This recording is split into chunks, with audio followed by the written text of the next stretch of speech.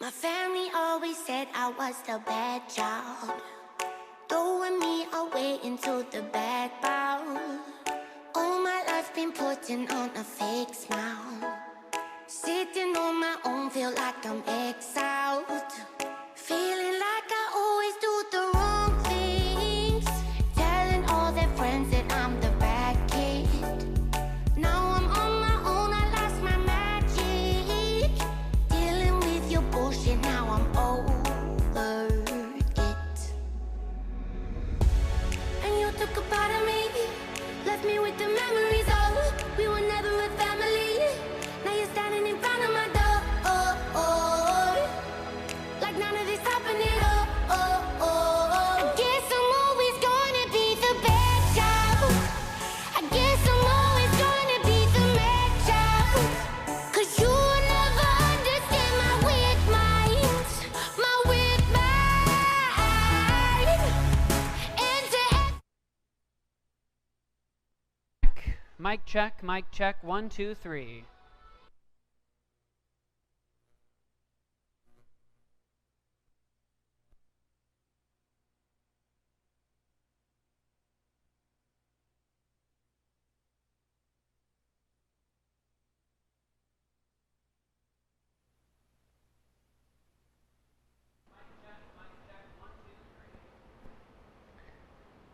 Mic check, 1, 2, 3, mic check, mic check.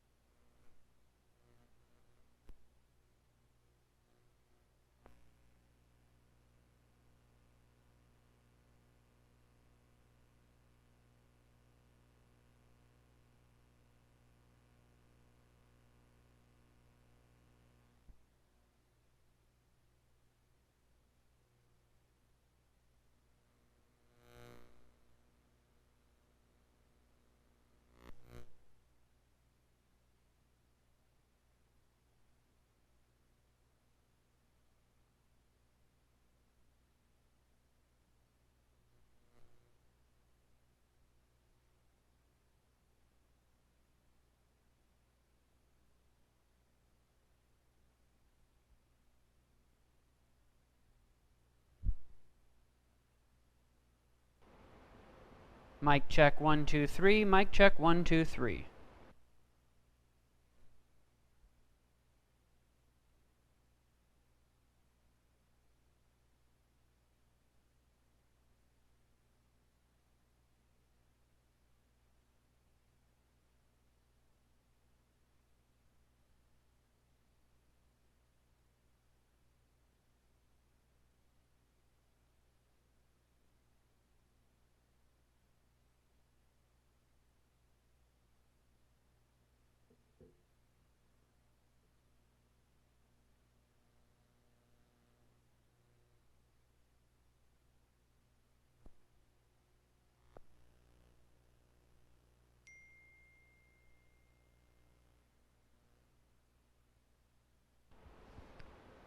Mic check, mic check.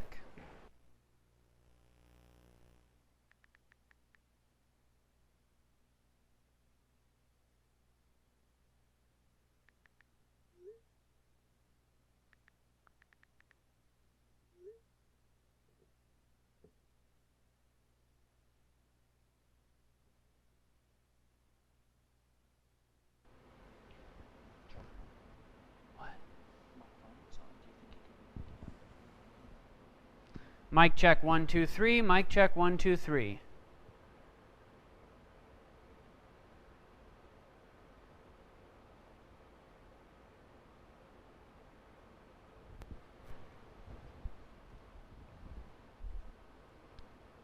Mic check, 1, 2, 3.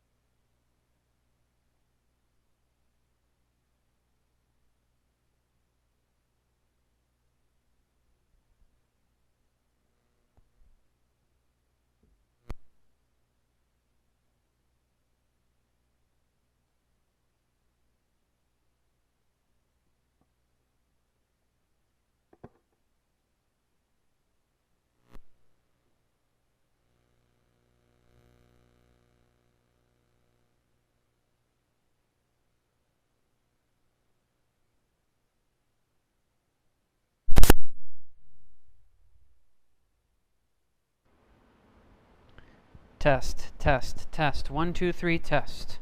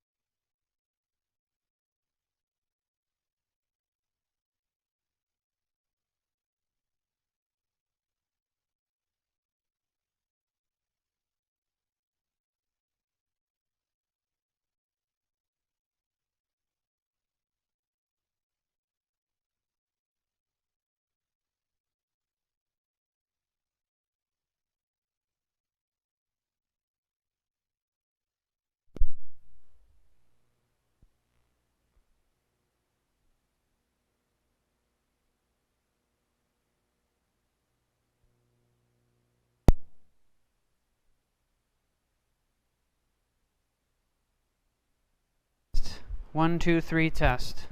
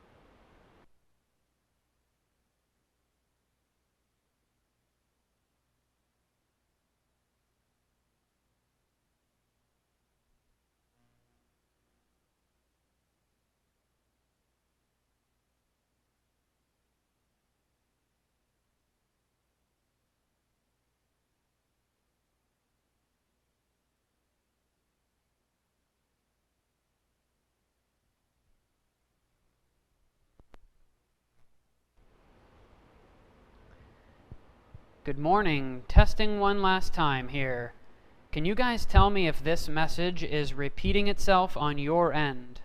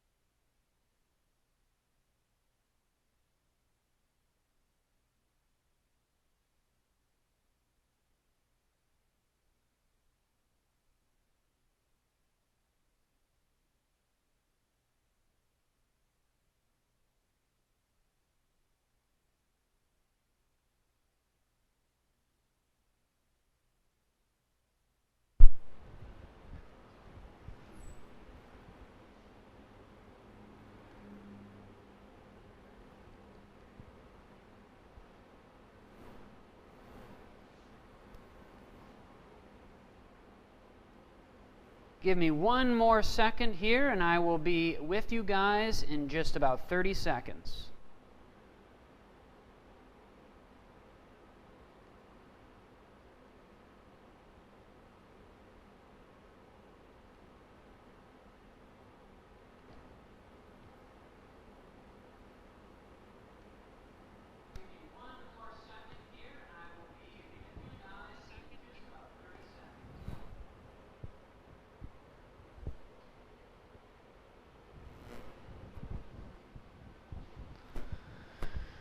Good morning and welcome everybody. I am going to check to make sure that my microphone is on. I'm very sorry about the delay, but nonetheless excited to be here. Thank you so much for all of you guys joining in. It's been a while since I've seen a lot of you, so I feel like a reintroduction is a formality, but needed. I'm Corporate Chef Adam Klosterman coming to you live from the Curate facility here in Minneapolis. Our brand new facility. Was really eager and looking forward to you all coming in person, but I know and understand it's the safer option to not do it this time around, so I did my best to try to make it a fun, immersive, and good experience for you all live from your computer. Today I am your host, but I am technically your co-host because in the chat we have Ryan Norman who will be monitoring the chat for you guys. If you did not do it yet, you still have time. It just takes a second. If you sign up for a YouTube account, it will give you the authority to run and ask questions in the chat. And Ryan Norman, we wish that he could be here with us live and in person, but he will be co-hosting from the chat today, dropping little tidbits of his own in and answering any questions. Ryan, thank you for joining us, and we're excited to have you here. Today, we're talking about an amazingly fun and exciting topic of sous vide and precision cooking. It's been a hot topic, as we know and understand that pre-pandemic, during, midst pandemic and post pandemic, the one challenge that hospitality operations have always had is labor. Labor, it will continually be an issue no matter what. And using either sous vide or precision cooking techniques is a way to get and grab the three things that people crave most in food service operations, and that is 1, consistency, quality, precision, and all doing that with minimum help from their labor force. So today I'm going to walk you through and hopefully arming you with the knowledge when you leave this meeting of what sous vide is, how sous vide works, and then how sous vide compares to some more modern and more simplistic cooking techniques. Before I get started in talking about sous vide, I'm going to throw in some chicken wings that I had sous vide before so starting this morning, and I've thrown them on a grill plate, and I'm going to finish them in the vector oven. So I just want to get these started real quick, and then we'll talk about what sous vide is.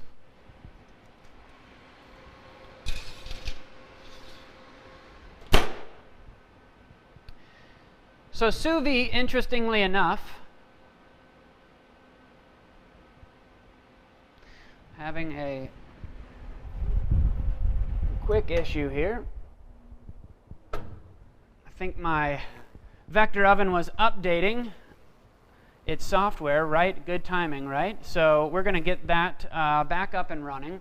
And so what is sous vide, right? A lot of people, some of you on this call may know what it is, some of you may not know what it is. Sorry, real quick, all sorts of technical difficulties today. It's not live demonstration without them, right? So what is sous vide? A lot of you may know and understand or have seen it before, but what I really want to do today is have you know and understand it from a more micro level. So the most commonality of sous vide, or what you guys know sous vide as, would be these three components right here, if you've ever heard of it at all, right? You know it as this water bath, some kind of bag with food in it, and then an immersion circulator, which is this device right here. If you don't know what those three components are, it's kind of become the mainstream definition of sous vide. So we have a water bath filled with water and then controlled by this immersion circulator, which does exactly that. It circulates the water and then maintains it at a very precise temperature. However, that third component, the bag, if we talk about sous vide from a more simplistic standpoint, sous vide is actually not a cooking method at all. Sous vide is far more of, or what its formal definition is, if we look at it, it loosely translates from French into under pressure or under vacuum. So the act of sous videing has become known as these three components here, but what it really truly is it is actually the act of vacuum sealing or putting something under pressure. And what that gives us the ability to do is create an anaerobic environment. So what that means is free of air or oxygen, which hopefully allows us to be as free of contaminants as possible. So what that gives us the ability to do is really opens Pandora's box for the flexibility and ability to do really unique and interesting things, including cooking at different temperatures and environments that we wouldn't normally be able to do. So, however, this takes a lot of knowledge, it takes some equipment, and it takes some skill. Right? So the commonality things that you need to execute this, obviously these three components here, but the part that's not on camera would be that vacuum sealer. So we use a vacuum sealer to pull all the air out of this bag. So what I have here for you guys is just some chicken breast that I've thrown into this bag. I used my vacuum sealer to pull all the air out of there to create that anaerobic environment so that we can cook under, in really unique and interesting parameters, all while being safe. So the vacuum sealer, the immersion circulator. The aspect of this is obviously, though, I mentioned skill, right? So we've kind of talked about the equipment, but the skill aspect of it is important as well. You need to know and understand, because we are working with things that can make people sick and food safety concerns, cooking in really unique or extreme environments. So we need to know and understand the health and safety ramifications of doing this. So there is some prerequisite knowledge to knowing and understanding, and I'm going to talk a little bit about some preventative steps and different things as we talk about different other techniques. So interestingly enough, I told you we're going to use in comparison kind of the big highlights of the day are talking about sous vide versus precision cook, so in the combi oven. So what I have done for you guys is I have put, I pre-seared, and that's only because of a time standpoint. I wanted to try to keep this moving as quickly as I could. So I actually, sous vide is traditionally known as like the reverse sear method. So traditionally, we'd put a raw protein with some kind of marinade or juice or herbs or whatever we were looking for within that bag, vacuum seal it to create a real concentration of flavor, and then cook it. And then what it's oftentimes used for is in that a la carte situation, grabbing out your protein, cutting the bag open, and then doing a finishing step. So we have tons of great examples of that here in the kitchen. One example is I'm going to be using the vector oven to finish off those chicken wings. So we cook those chicken wings at about 155 degrees, and then we have held them around 155 degrees internal, and then we're going to use the vector oven to fire those off and caramelize them. So it's oftentimes traditionally and most commonly done to cook something in a very precise environment and then finished elsewhere. Today, I expedited that by kind of reversing that idea. So I did a pre-sear, and now I'm cooking this chicken breast in this vacuum sealed bag in a water bath that's set to 165 degrees. So traditionally, you are setting your water bath temperature to the exact temperature that you want the final outcome. Now what that means is a little bit more drawn out cook times. So this has been in there for about 2 hours. It's a little longer maybe than you would really need, but that's the advantage of using sous vide. We have these chicken breasts ready at any point in time at 165 degrees, ready for service whenever they're needed. Now, I want to finish off those chicken wings in just a few minutes, but I'm going to leave this chicken breast in here because at the very end, I want to compare sous vide to some product that's cooked in a little bit different method. What I want to first talk about, before we talk about sous vide in a combi oven, I want to talk about some alternative sous vide techniques, and this is really fun and interesting, and I think you guys are going to find this fascinating. We utilized the Alto-Shaam Cook and Hold. I know that there are other cook and hold products that have this, or similar or the same capability, but we utilized the Cook and Hold to do something really unique, interesting, and different. To be 100% honest with you, I've never actually done this exact thing myself. So we're going to learn and experience this together. But what I did was I have a chuck roast that has been cooking at 140 degrees in the Cook and Hold for about 40 hours. And no, I did not stutter, 40 hours in the Alto-Shaam Cook and Hold. And I'm going to grab it out for you.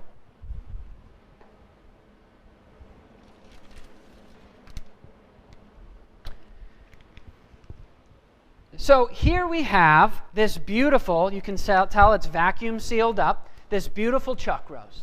What sous vide really gives us the ability to do, if we look at it again at a more micro level, what sous vide really gives us the ability to do is use a different temperature environment to create a different texture. So chuck roast is something that you would normally associate with like a stew or a braise. Stew meat, kind of that shreddable, that kind of stringy type stew meat feel to it. What sous vide in doing this at this technique allows us to do is get a completely different texture, okay? So this, ideally, is going to cut far more like a steak than it would anything else. So we're actually going to be able to cut this product more in like a sliced environment rather than that stewy, braisy feel. Look at how beautiful this piece is right here. Wow. I wish that you guys could smell this thing because it is absolutely incredible. So I want to talk to you guys, before I slice into this, I'm going to make you wait for just a second. I want to talk to you about what I did and why this was different and what the food safety ramifications of this are. So the cook and hold or overnight low and slow cook techniques like that have the ability to do sous vide, but in a limited fashion. Sometimes that idea of sous vide gets thrown out with these cook and hold type technologies, but it has a little bit more limited of fashion. Remember, we're not using a water bath. We're not using steam like we would be in the combi. So that energy transfer is a little less efficient. So we need to have more sous vide techniques in a cook and hold are for a little bit more drawn out process. Kind of that low and slow deal like I'm talking about here. Maybe a 36-hour or 40-hour chuck roast or some spare ribs, St. Louis style ribs or something along those lines. So the sous vide capabilities of that in the cook and hold are a little bit more drawn out, but it does have the ability to do so, and you're going to see how special it is. Because of how long this process was, I did not do this for the chicken, although there are some who would argue that you should. This process that I did on this chuck roast is called pasteurization. So what I mean by pasteurization is what I did is I actually gave this a quick sear, again for time's sake, and then I put it in my bag, vacuum sealed it up, and cooked it in the combi oven at 186 degrees for about 12 minutes. And what that does is just any other food, bacteria or anything that would have been on the outside of the product that would have been lingering still after vacuum sealing, that pasteurization step kills any of that off to really create that anaerobic environment to allow us to cook at 140 degrees for 40 hours.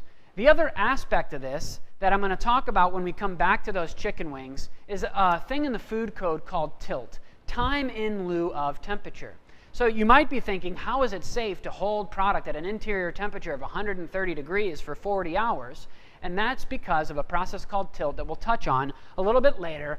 But for now, there's been a lot of talking. I don't want to make you guys wait any longer. So we're going to cut into this just so you guys can see. And I wish you could see how easily that knife cut. But look at that. I mean, how have you ever seen a chuck roast with that kind of look to it where it's going to cut and bite just like a traditional steak? So what I've done for you guys here is I've created, again, we're talking about cooking techniques and equipment and all that kind of thing. But what we're really here to talk about is food, right? So I've created a beautiful little dish for you guys that I think you're really going to enjoy. Just going to cut a little bit of that excess fat off. Gosh, I wish you guys were here to taste this in person. And then I'm going to grab the rest of my components for the dish. So what I have for you guys is a little parsnip puree, some roasted sweet potatoes,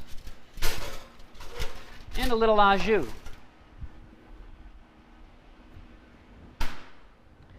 This is just going to be a beautiful dish. I'm really, really excited about this and really excited to make you all very jealous. So we are going to start with our plate. We're going to start with a little parsnip puree. What I did here, this is one of the easiest things. You can look really fancy for your friends and your family. Take a root vegetable like some carrots, some parsnips, boil them in some heavy cream or kind of simmer them in some heavy cream until the parsnips soften up. Run that through your food processor, and then you get just this beautiful consistency. And we're going to layer that down on the bottom.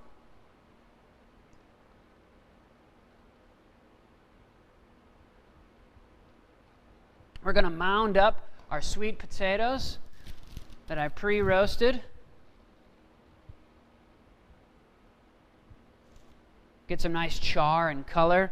We're going to put this beautiful, just tender, I wish you guys could really see and experience this, but just unbelievably tender. And chuck roast is a very difficult cut of meat to cook to get to this perspective. So hopefully this is giving you an idea. If you've ever cooked chuck roast or stew meat or anything like that at home, it's giving you a really good idea and understanding of how efficient this is. This is some beef stock and some shallots and garlic and red wine cooked down that we're going to throw over the top of this.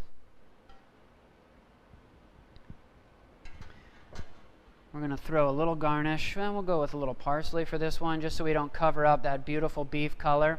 And look at how beautiful and decadent this very simple dish is. And what I love about this is, again, using the cook and hold. A lot of people, maybe you did know, maybe you didn't know, but using the cook and hold in a sous vide is something that a lot of people don't know and understand or exists. So what's really interesting is cook and hold is great for systematic automation. So having some form of cook and hold or long-term cook technology in your facility to give you the ability to really draw out or pair with another piece of equipment. So doing something similar to this to then finishing it on a grill or partnering it with a cook and hold oven. The best part about the cook and hold oven is that it is ventless. And a lot of folks already have them. And maybe a lot of the operations that you're designing for already have that piece of equipment. So now you're putting in a combi or a vector. So educating them on the ability to partner that up with something else, to use the cook and hold as that driver behind the big prep method, and then using it in conjunction or partnership with something else. I mean, imagine this sort of meal right here, kind of in a ventless kitchen concept. It's amazing. It's beautiful. So I just wanted to touch on that before we got into the other precision cooking. So what I'm going to do here, I have these chicken breasts that I actually seared off for you guys, and they're raw other than the sear, and we're going to throw those into low temperature steam mode on the combi oven. So this is what I know you guys really want to talk about, and I know you guys get a lot of questions about. You guys are obviously talking about combi ovens. Combi ovens have been very popular and have gained popularity even in the last 5 to 7 years, even more than they already had. And this will give you the ability to kind of talk a little more educatedly, hopefully, about what the combi constraints are. So whenever I talk about this technique, ironically enough, I refer to as bagless sous vide, which hopefully after my demonstration and explanation today, you realized how silly of a name that is, because sous vide is the act of using a bag to cook. So it's kind of a funny name and ironic in the sense that it is bagless sous vide is the product that we are, or the technique has a bit of an ironic name to it. So let's talk about combi and what its capabilities are. First and foremost, the combi oven varies from a lot of other different pieces of equipment because not only can we cook with steam or with humidity or moisture, we can cook all the way down to 85 degrees, which gives us the ability to do a lot of really neat stuff. Real quickly, just to expedite things, I'm going to move these chicken wings because we got a cavity that's ready to rock and roll. Just going to throw those in for a couple more minutes.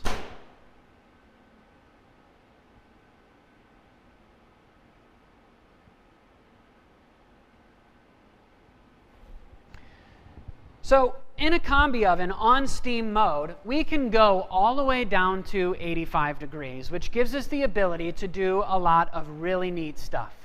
So for example, we can use a combi oven in traditional sous vide style technique. So no different than this right here.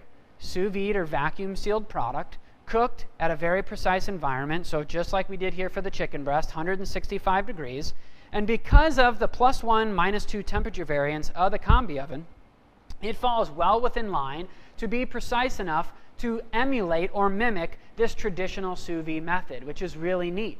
So if you didn't know that, it kind of expands, again, that unmatched versatility of a combi oven. You now know and understand that you have the ability to cook with traditional sous vide methods. However, as we've talked about, sous vide requires a lot of prerequisite knowledge, knowing and understanding the food safety ramifications, massive effort from HACCP data and tracking.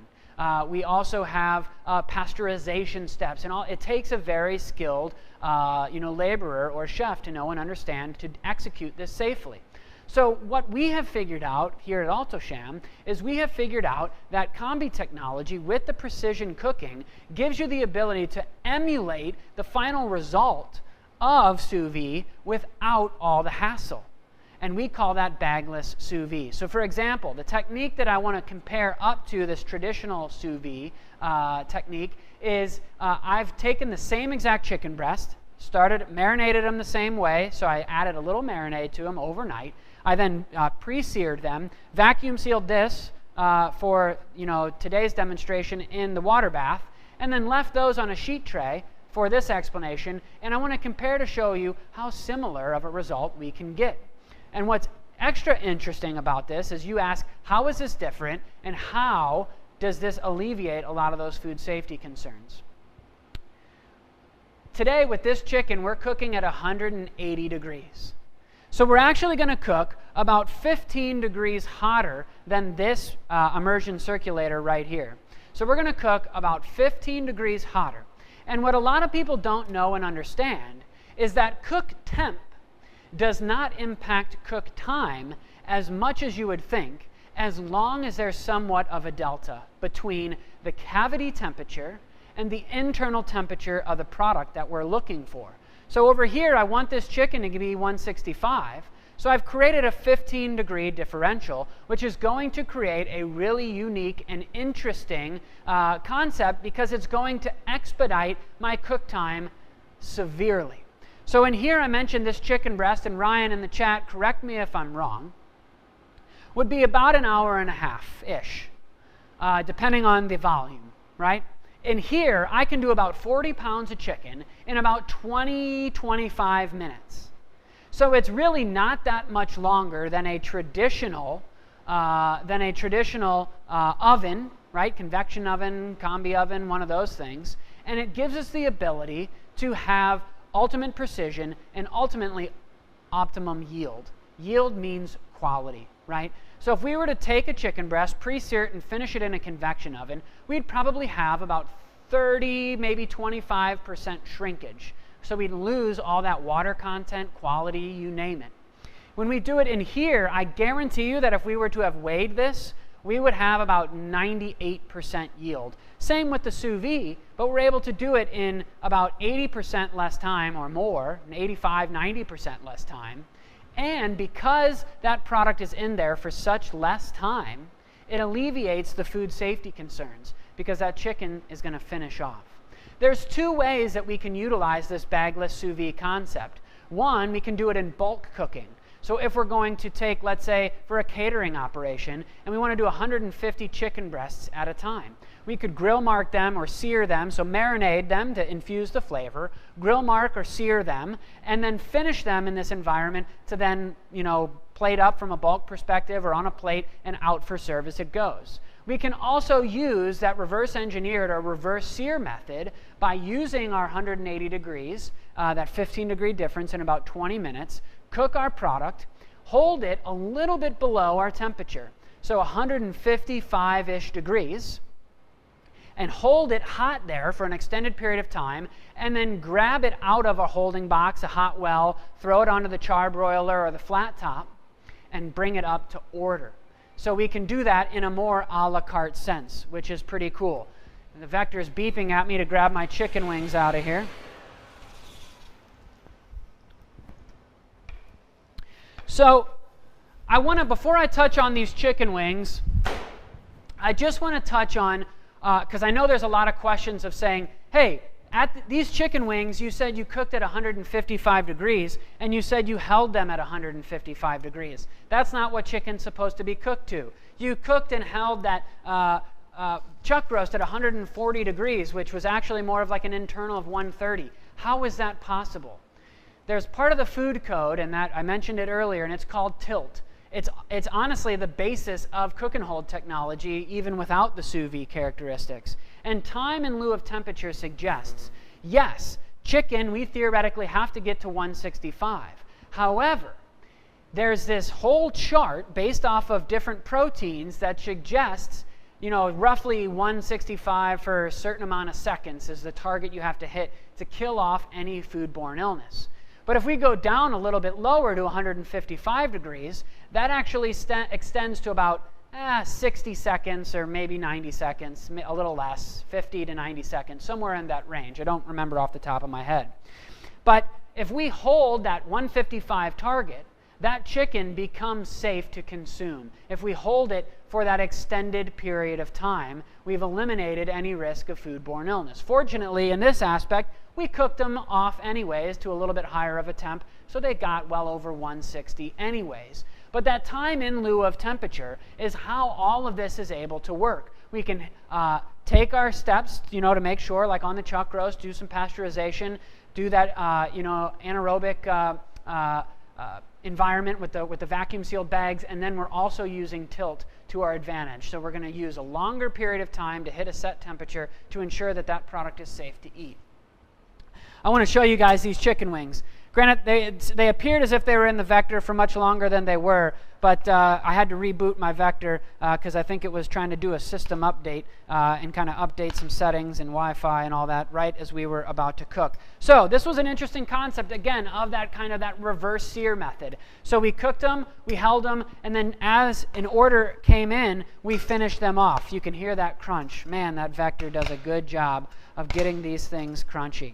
The Vector oven is a great use case of systematic automation because it is that ventless piece of equipment and it has that great a la carte finish and feel to it. So what's interesting about this is that these chicken wings, if we were to have cooked them from raw in the Vector, honestly probably would have taken somewhere in the ballpark of, 15 to 18 minutes, maybe a little less than that, 12. But using this technique, had everything gone seamlessly, we would have been able to cook these up in about 7 minutes. So we would have been able to drastically reduce the pickup time, which is where these types of techniques, using sous vide or precision cooking, really come into play.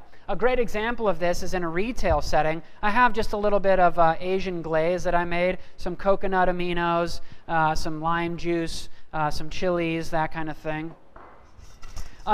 This technique, from like a chicken perspective, really came to light from a retailer who was doing fried chicken. Right, the fry time on that chicken, even in a pressure fryer, can be 18 minutes long. So we use the combi oven to do the technique very similar to what I'm showing you guys here, that kind of bagless sous vide technique to cook their chicken. The aspect of this that we haven't talked about is pairing it up with blast chilling technology. So they would actually cook their chicken to 165 in a very precise environment, get 95, 98% yield out of it, blast chill it, and then they would bread it and fry it, and it reduced their cook time to 6 minutes. So using different forms of this, very precision cooking, and then using the vector oven or a fryer or a griddle top, whatever it might be, to finish that product is a really fun and interesting concept. So even the most casual fare can benefit from techniques like this, and it's really pretty simplistic, in all honesty. We have our beautiful Asian glaze. I love to finish with just a little sesame seed, and then some chopped green onion. What a beautiful, easy to execute dish. Tons of different ways to do it. And just a great example of how sous vide can pair up with other technologies, again, using precision, programmability, how easy this can be to where you throw your chicken wings in, push chicken wing on a combi oven, and then throw it into another quick fire oven in that category to finish, to create very consistent and precise food. I got my chicken in a little bit late. I do just want to dodge into the chat box here and see what's going on. Good, you guys are active. I love this. Looks amazing. I hope you guys are having a ton of fun. I want to, while we wait for that chicken, why don't we just go ahead and pull this chicken out, and we'll take a quick peek at it. I'm going to leave one of them uncut, open, so that we can compare it to our chicken that pops out. And then we'll plate this up too while we wait, just to show you guys. So again, I pre-seared this. In a lot of instances, we might then take this out of the bag and then finish it on another piece of equipment, as we just did with the chicken wings. So let's cut into it. So if you've never had sous vide meat, it really has an interesting texture. It has a wonderful, very dense texture to it. I need to clean my knife off.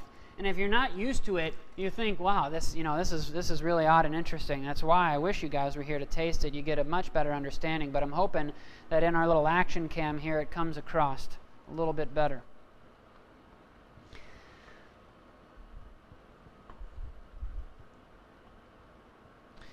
So you guys can see, I was going to have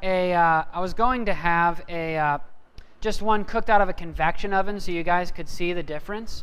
But you guys can see, how moist and juicy this is, and it has that really dense structure to it that you just don't normally get out of any other technique. I wish I would have, and I should have, had just one straight out of a convection oven, or just baked off from start, so you guys could have had a bit better perspective. So I apologize for that, but I think you guys know and understand what that looks like. I'm going to grab the other components of this dish here, which I think this dish is going to turn out really beautiful. So let me grab these. What I have for you guys are some Tuscan braised beans.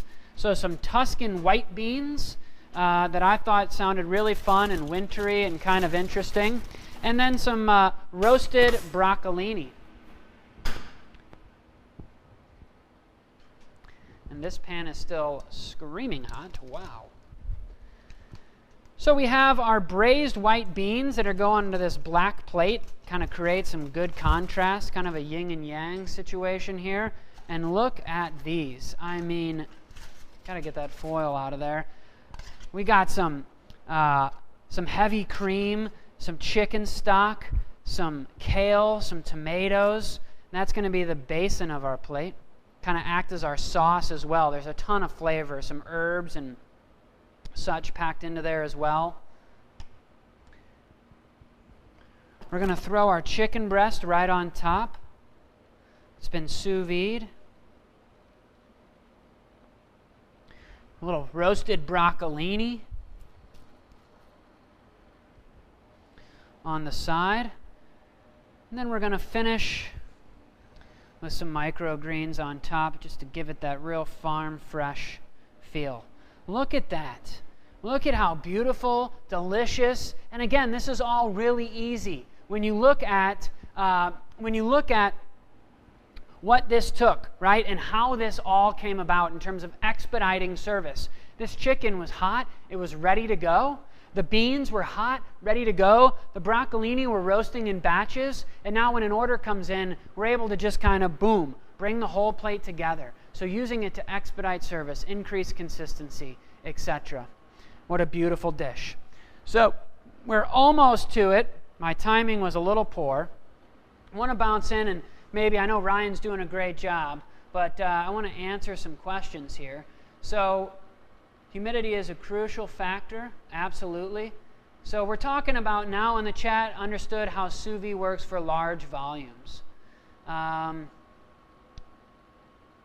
Exactly. So, yep, large volumes. So doing interesting techniques just like we did here. Yes, Sous Vide is a fantastic technique. And I think that's kind of the whole bigger picture here. There are other unique ways in using different pieces of technology to create those complex or, gastronomy style affairs without the use of these complex techniques for larger volumes, where a caterer, someone who would typically never do 350 chicken breasts, Sous Vide is not applicable for that type of volume. So using technology like the combi oven or like this bagless Sous Vide technique is a fantastic way to get very similar results, consistency and high yield in doing it in large volumes. I'm going to bump this up, and this isn't what I would normally do. I don't think it's going to vary much. I'm going to turn it up just about 10 degrees just to give us a little bit of a quicker cook time. Any questions? Oh, I noticed probes. I see someone asked about probes, and I know Ryan probably answered it, but I did just want to point out both the cook and hold and the combi oven have Sous Vide probes. Now, the difference between that Sous Vide probe and a standard probe is the diameter of it. So it's a little bit thinner, a little bit more delicate, and it does not puncture the vacuum of the bag. So it would keep and maintain that vacuum seal, but allow you to monitor temperatures. Now, what's interesting about using probes, it was so funny. I was talking to the crew here this morning, and they were asking about probes and such, and I said, guys, when you think about it, we're cooking at 165 degrees. What do we need a probe for? There is no chance of overcooking the product. And so probes really, in my opinion, are very much so there from a HACCP recording standpoint. And maybe Ryan had the opportunity of mentioning that in there or not. Maybe that's just my own personal opinion. But I know and understand that the ability to track and record temperatures, HACCP is a major function of doing precision cooking like this. It's required 100%. You need very strict documentation, and your health inspectors are going to require that if they know you're doing programs like this. The probe just gives you the ability to track, monitor, and then store that data in a little bit more efficient standpoint. We have about 10 more degrees to go. I'd love to see you guys ask some questions, so I see a couple here, and I'll just address them. We don't have a simple sheet, but it's a really good idea, Trish. I've been working on kind of creating some simple sheets for like plate retherm. I think doing bagless sous vide would be a really interesting little one as well. And then with bagless sous vide, is it pre-seared or post-finishing better? Does it depend on the product? So great question. So it really depends on not necessarily the product. I guess the product does have some impact. I think it depends more on the application. If you're doing bulk, so like for a catering, like for a banquet, for an event, I think the pre-sear, so kind of pre-marinade, pre-sear, finish in the combi when it's go time, is fantastic. Or doing that method for a plate retherm concept. So you're going to marinade, pre-sear, cook in this environment like we're doing now, blast chill, and then rethermalize. And that's where that 98, 97% yield is really going to come into play. The other aspect of that would be, so application, right? If you're a healthcare facility, a lot of these senior living or hospital dining, obviously everything's been more a la carte. So looking for ways to expedite. Hospitals, they got 40 minutes to get the food to the room after the client or patient orders it. So expediting cook times. A cook time, if you take a raw chicken breast like we grilled here, the cook time on that is actually probably going to be more along the lines of about 14 to 17 minutes. So you've cut down severely on how much time you have to get it to the patient's room. If we do it this method, so take the raw product that's been marinated, cook it in the combi oven, hold it hot like I was talking about, and then finish to order, really gives you the ability to expedite cook time. So as much as it depends on product, I feel like it depends on application. I will say, maybe Ryan has a different perspective, but when it comes to product, this bagless type idea works really well for duck. It works well for chicken, fish, pork.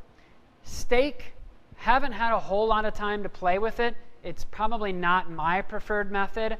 I know that the pre-sear, just to kind of render some of that fat, get that fat, rolling and kind of moving, and then finishing at a bit higher temperature in the combi with the probe, like from a banqueting type perspective, is my preferred method.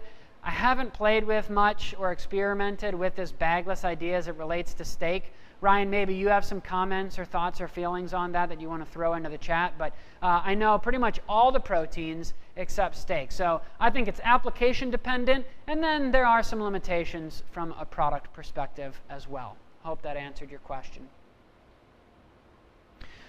All right, we're about 2 degrees away, so I'm going to get us all set up here. I'm going to cut into the center of this one.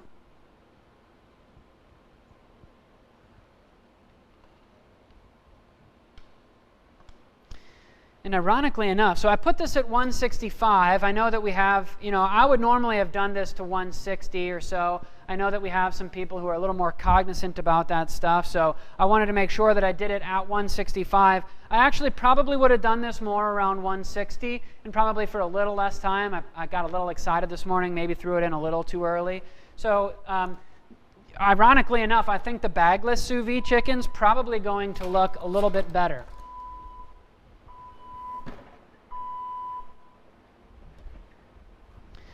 So when you pull this off of the tray, you're going to notice that there's some water on here. And the first question I always get is, hey chef, I thought you said that this was supposed to be all about yield. The water that you see here on this pan is just the steam from the cavity. So again, if we weighed these, you would have seen a massive, massive yield in the upper 90s for sure. So our big grand reveal here, right? Sous vide versus bagless sous vide. So you saw how long this took. That was probably about 20 to 25 minutes, somewhere in that range. And you can see how beautiful and delicate. I told you, this also sat out for a few extra minutes. But look at that. I'm just going to grab these because no one's going to eat them. Look at the difference. So we have this very complex and unique and interesting technique of the vacuum seal, and then we have on top the bagless sous vide. That's much easier. Any skill level can execute it or make it happen, and we see very, very similar results. About 95% yield. Look at all that moisture that's just oozing out of it. Tenderness. This is a product that I could serve and tell people this is sous vide, and they would probably have no understanding or difference. I hope this is what you guys were looking for in today's session. I'm going to leave the chat on here and let Ryan kind of finish addressing any of those. Of course, you guys can feel free to reach out to myself or Ryan if you have any other questions or concerns. But thank you so much for your guys' time. I know and understand how valuable it is, especially in today's day and age, so I really appreciate you guys hopping on and joining me today. This was a ton of fun. Hope you got some value out of it, and I'll catch you next time. Thank you.